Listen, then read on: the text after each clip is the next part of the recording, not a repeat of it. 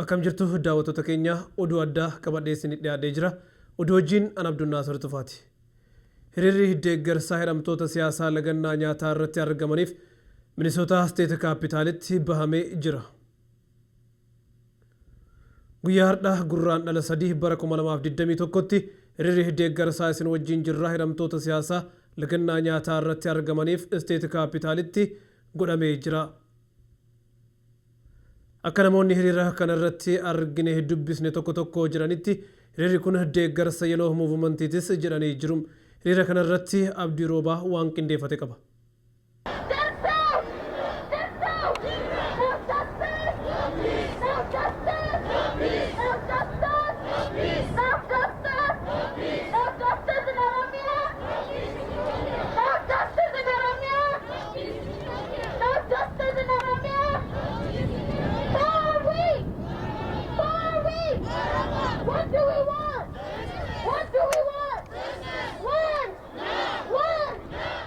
Hiriirri deeggarsaa hidhamtoota siyaasaa lagannaa nyaataa irratti argamaniif Minnesota State Capitalitti bahamee jira.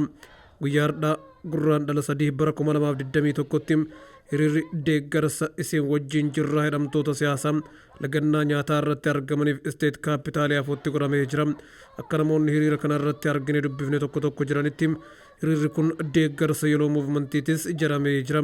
Daawwattoota Oromiyaa 11 guyyaa har'aa kana kan argamnu as biyya Ameerikaa kutaa Minnesotaatti hiriira tokkotu adeemsifamaa jiru jechuudha. Hiriira kana magaalaa St. Paul keessatti kan adeemsifamaa jiru.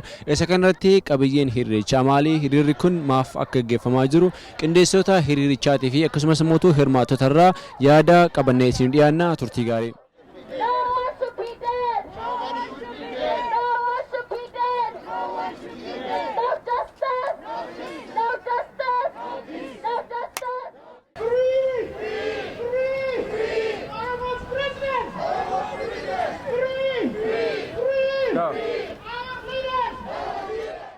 Kaayyoon hiriira kana waan gurguddaa hedduuf keessaa qaba. Isaan keessaa garuu kan irratti xiyyeeffanne ammaaf waa lama. Tokko hidhamtoonni siyaasaa Oromoodhaa mana hidhaa keessatti guyyaa 7 gara bishaanii fi dhugaatii tokko malee jiraataa jiranii yeroo ammaan tana akka malee laaffatanii jiranii du'a malee wanta isaaniif hin jiru.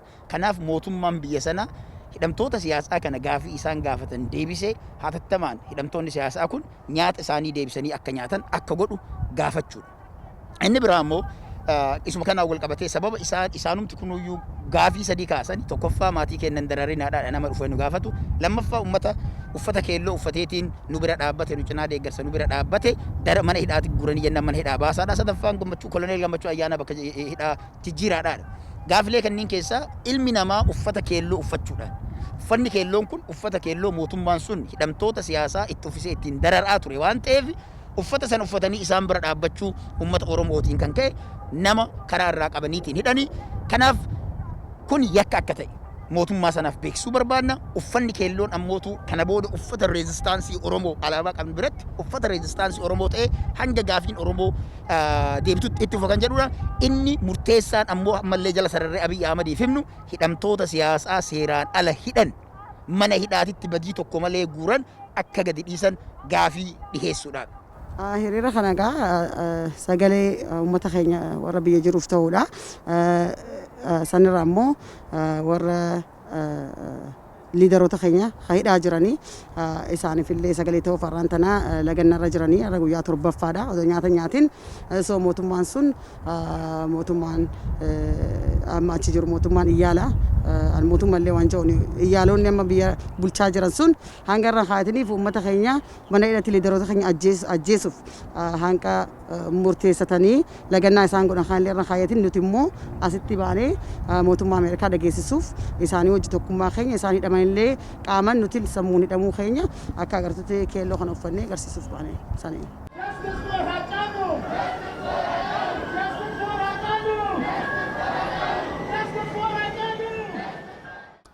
Kan guyyaa har'aasitti argamee fi tokkoffaa qabsoon Oromoodhaa biyya keessatti haala hamaa keessa jira. Ilmi Oromoodhaa akka Oromootti jiraachuu hin dandeenye, ilmi Oromoodhaa Oromoodhaaf dubbachuu hin dandeenye, Oromoodhaaf sagalee ta'uu mana hidhaa nama galcha.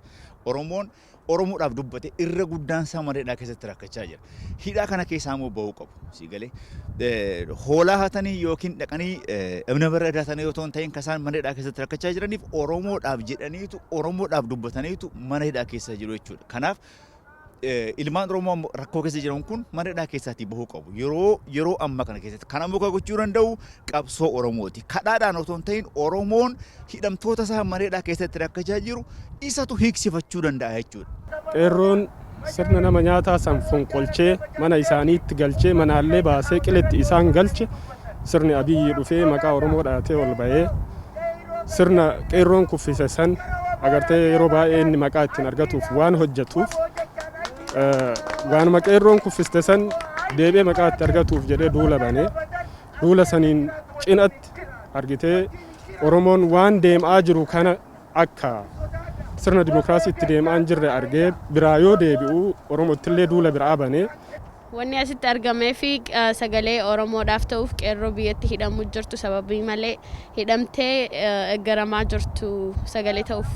Karoorri nu qabnu saba keenya akka biyyaa ijoollee teennaa alatti haftee manaa baatee alatti haftuu haadhoowwilii teennaa osoo hin dahiin garaa ilmoo osoo qabduu ajjeeffamtuu kanneen akka nurraa dhaabbatu elekshinii feerii ta'e yookaan jawaar kenna akka nu bahee warri hidhame badii takka malee warri hidhame akka nu bahee as nu bahee nummoo sagalee isaaniif taane as jiraanne akka daayispooraatitti humna isaanii ta'u karaa miidiyaanittis ta'e karaa hiriira bahuutiinis. Uummanni Oromoo bal'aan biyya jiru teessanii diina firatti hin gabbisina lafaa kaa waan dandeessaniin falmadha. Biyya alaa jirus bakkayyuu gabbahee sagalee uummata keenyaaf tahuu danda'uudha qaba. Isteeta cufatti biyya hundatti Awurooppaa, Awustiraaliyaa warri Afrikaa kibbaa jirullee hundinuu gabbahee sagalee uummata keenyaa dhageessisuu danda'uu qaba. Obbo Jawaar Faatii uummanni hidhaa keessa jiran political prisoners Baqqalee Garbaa Hamzaa Booranaa Faati guyyaa torbaaf lagannaa midhaanii godhanii guyyaa torba bishaan midhaan hin nyaanne addunyaan nu haa dhageettuuf voice isaaniif ta'uu fi voice ma ta'uu qofaa dandeenya as jiraataatiin kanaaf as dhufne capital of Minnesota keessatti.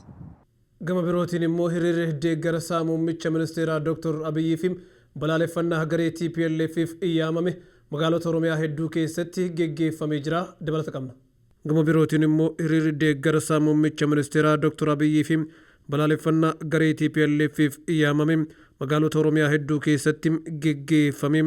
Hiriira guyyaa kaleessaa fi hardhaa godhame kanarratti wantoota garaagaraatu raawwatamee oolee dhaadannoowwan deeggarsaa, dhaadannoowwan qeeqaa fi dhaadannoowwan balaaleffannaa mootummaatis mul'atanii jiru. Akka hirmaattonni hiriirichaa irratti argaman tokko tokko dubbatanitti hiriirri deeggarsaa fi balaaleffannaa kun bifa addaa qaba jiran. Namoonni hiriira kanarratti argaman gariin deeggartoota paartii Biltsiginnaa Oromiyaa, gariin namoota durgoon kaffalameef, gariin namoota dirqeen bahanii fi gariin immoo namoota hiriira kana balaaleffachuuf bahantu keessatti argama jiran. Bulchaan bulchiinsa Shawaa Bahaa hiriira magaalaa Adaamaatti geggeeffame irratti hiriirri kun kan uummanni fedhiin bahee jiranis uummanni dirqisiifamee bahee kan jiranis ni jiru. Hooggantoonni paartii badhaadhinaa hiriira kanarratti Abaa'oo Shaniim, Abinii fi Baaldaraas qaamolee diinota Itoophiyaati jechuun kan balaaleffatan yoo ta'u, paartiin Abin garuu kun maqa balleessa jechuun boordii filannoo Itoophiyaatti himate. Himata kana hordofuun boordiin filannoo biyyoolessaa Itoophiyaa paartii badhaadhinaa amma biyyattii bulchaa jiru akeekkachiisee jira. Kabajamtoota daawwattoota keenya oduun addaa kanuma turtii gaarii.